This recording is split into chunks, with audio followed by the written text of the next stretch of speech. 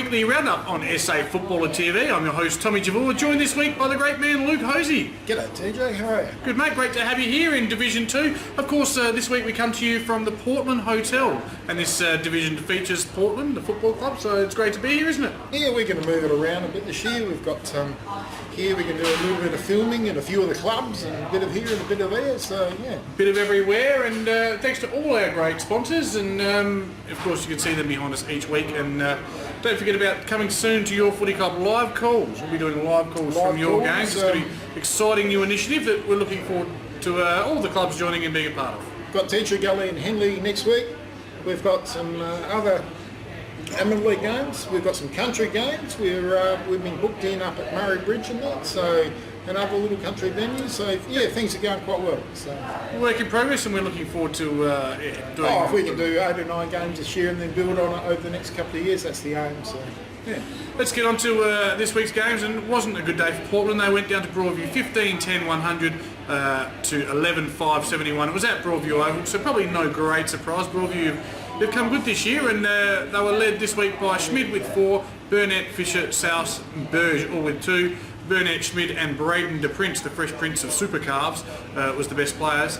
For Portland, Pryor kicked 5, Perry kicked 3, and Johnny De Palma kicked 2. Yeah, Johnny back in the O-grade, good to see, De Palma. Yep, and no surprise, best player, Dale Laslett, along with Dave Bird and Perry.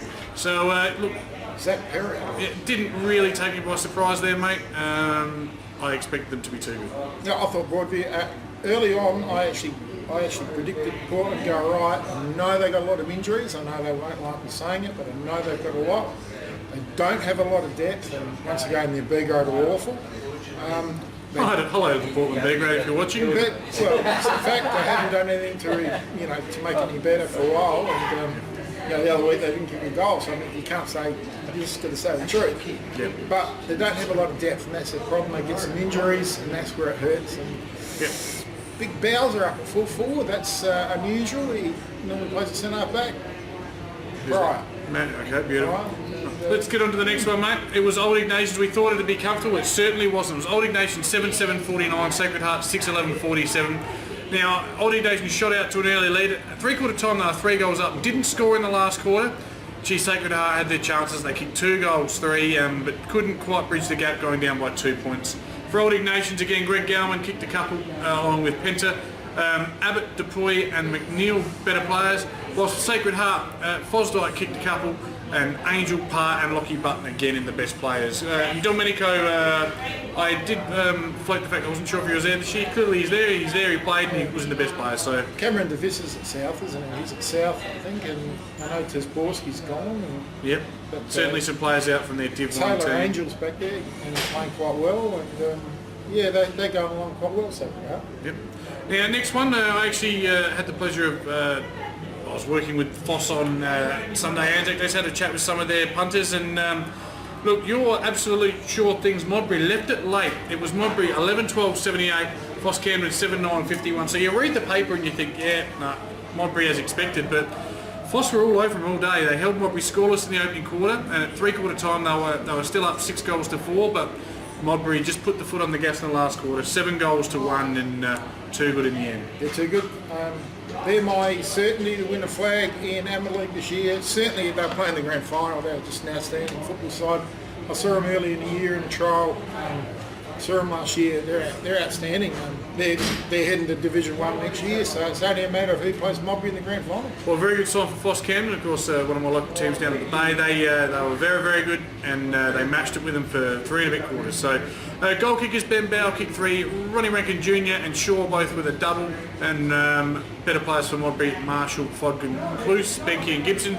For Foss Camden, it was Smythe with 2 and a multitude of singles. Well, 5 of them. Better players, Clark, Smythe, Sharonberg, Brayley and Bergsma. So good sign there for Foss. Modbury, as you said, are a sure thing, you think? We tend to agree that you've got a reasonable knowledge, so you don't make stuff up. Oh, and well cut. I mean, Granger's as good as they get, so yeah.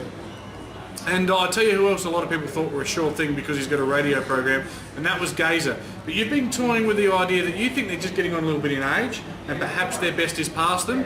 Well, and a lot of youth coming through. They've got a lot of kids. They're playing with a lot of kids. yep. The sleeping giant has been awoken because St. Peter's have arrived. It's official now. They've taken a couple of scalps already. This one was huge. At Clemsick Oval, St. Peter's 22 goals, 9-149, 141, Gazer 5-10-40. And the goal kickers, well, Trenorden 6, Shooter Schultz with 3, Palmer 3, Hayward 3, Hazeman 2, Collie 2. That's a good spread. Better players, Butler, Milligan, Trenorden. All singles for Gazer. And better players, Jones, Smith and Greg. So not a lot of positives to come out of that for Gazer, you wouldn't have thought. Oh, I know Jars. I know when he got there. So I was talking to Gavin Lauder, and he coaches their under 18s. And Jars has been working really hard with the under 18s and bringing them through. And he got rid of a few blokes when he got there as well. And Was that the no D head policy? I don't know the reasons, but I know that he did a Malcolm Blight and cleared a few out. And but he's working with the kids. We all know kids take 40 to 50 games, of A-grade footy before they come good, and that's just the be and end all. You've got to play 40 or 50 games. You can't get that by not playing. You can only keep playing them. They got a little bit of pain before they get some game. Yep. Our last one, speaking of pain, I'll tell you what, Kerry Payne's in for some pain because it's not been a good start to the year and they got smashed by Scotch, the sleeping giant, on the weekend. Scotch 20-23, 143, Smosh 6-7-43. We'll start on the Smosh side of things where Beacon was the only multiple goal scorer with 2 and Lachlan Pink, who won the Gaelic Football Best and Fairest over summer, continued his good form to be the best player. Whilst for Scotch, well, there's a whole host of goal kickers. Bilby 5, Thorpe 4, Spriggs 3, Lawson 2 and many ones. Giles, Thorpe and Spriggs best players, and you don't rate Scotch, I think they're going to be there. I just think they're going to miss the Cowboys. And are they both gone, are they? Or? Yeah, they're not playing, so I actually don't. I think Scotch will be towards the foot of the table, and that's even more worrying for Smosh West Lakes. And I know they got the chocolates in the end, the first game over Broadview, because of too many points on the Broadview team sheet, or too many points they played with, or something like that. I don't know the whole story, but they end up getting the points. Broadview lost the game. Who was that against? That was Broadview and Smosh, round 1, and from what I was told, that they had too many points. They played with too many points. Mm-hmm. And no, that was Broadview and Smosh maybe. Yeah, that's what I said. Versus Scotch. No, Smosh. Yeah. And Smosh got the game, and Broadview played with too many points. Do you sing this song on a Tuesday when that happens? No. You take the 2 points and look happy. I'll tell you what, a very interesting ladder hose, because you look at the bottom 3 yet to win. It's only round 2, obviously. Foss Camden coming up from Div 3. Portland and Sacred Heart both coming down from Div 2 sit bottom. We've talked about it. That slide, it generally doesn't stop at 1 year. It can be a bit of a cancer type thing. You just lose, and you've got to Portland will come good. I know you've said that, but they're sitting bottom, and they'll need to prove us wrong very soon. Sitting top, undefeated. At the other end, 3 very happy teams in St. Peter's, Old Ignatians and Modbury. Probably not too much point doing the goal kickers. No one's even cracked double figures after 2 rounds. But Brady Pryor and Will Thorpe lead on 9. Let's get on to this week's games, mate. You think Portland will come good? Can they do it this week at Audi Arena, formerly Thevet Noble? They take on Sacred Heart, who haven't been too bad. Well, they certainly weren't bad last week against Old Iggs. No, I don't think they can. I just don't think they've got the players back from injury yet. Yep. Lockie Buttons had 2 very good games with the first and third, so he will get first use for Sacred Heart, you'd think, and I think Sacred Heart in a close one. Yeah, I think Portland will come home well, but they've got a lot of blokes out injured from what I'm led to believe. So. So Broadview and Scotch is an interesting one. 2 teams who I rate reasonably highly, and I'll tell you what, Scotch without the Cale brothers, that's a lot less fake tan floating around the Scotch. 2 very good players. 2 very good players. Don't mind a bit of oil though. Scotch sitting 4th, Broadview sitting 6th. So Broadview had the points taken off them. Yeah, last time they took points off a team, they won a premiership. So it's interesting, that one. I'll take Broadview.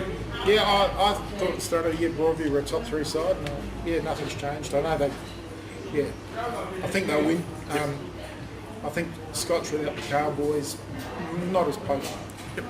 We'll jump on down to Smosh West Lakes and Foss Camden. Smosh have just had the 1 win through Pointsgate. We'll call it Pointsgate 2016 version.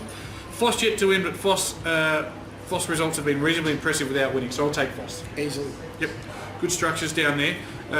Great man Daryl Smith just steering the ship beautifully. Modbury and Gazer. Now these two teams pretty much were penciled in a way to play in the Div 2 Grand Final last year, midway through the year. Both were very well set, and both hit stumbling blocks in the form of PAC, and then Unley really hit a rich vein of form. Find themselves in Div 2. I think Modbury might make amends, as you've mentioned a few times, and I think Gazer might not quite have the success they've had in previous years. No, and any of the older blokes like the Redetti and Heinzies and Fredericks and that, Nathan Granger would have intimate knowledge of, and he'd be able to shut them down, I think. And you know, if he can shut down a few of those blokes, he would know how. And I think Modbury will win 10 goals. Yep, I tend to agree with you. And next one, St. Peter's. This is our match of the round by a mile. It's 1 versus 2, both teams undefeated. St. Peter's at Caterer taking on Old Iggy's. This one will be a cracker. Yeah, I can't pick a winner here. I know I'm going to have to, but I'm going to take St. Peter's. Yeah, St. Peter's at the white picket fence are good enough for me. Well, part of that story I'm doing at the moment, there's only one club in the Amateur League who's won the last 5, that's St. Peter's.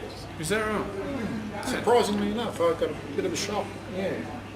Beautifully done. Right, host, thanks for that. You've watched the Div 2 Weekly Roundup. We'll be back next week. Thank you.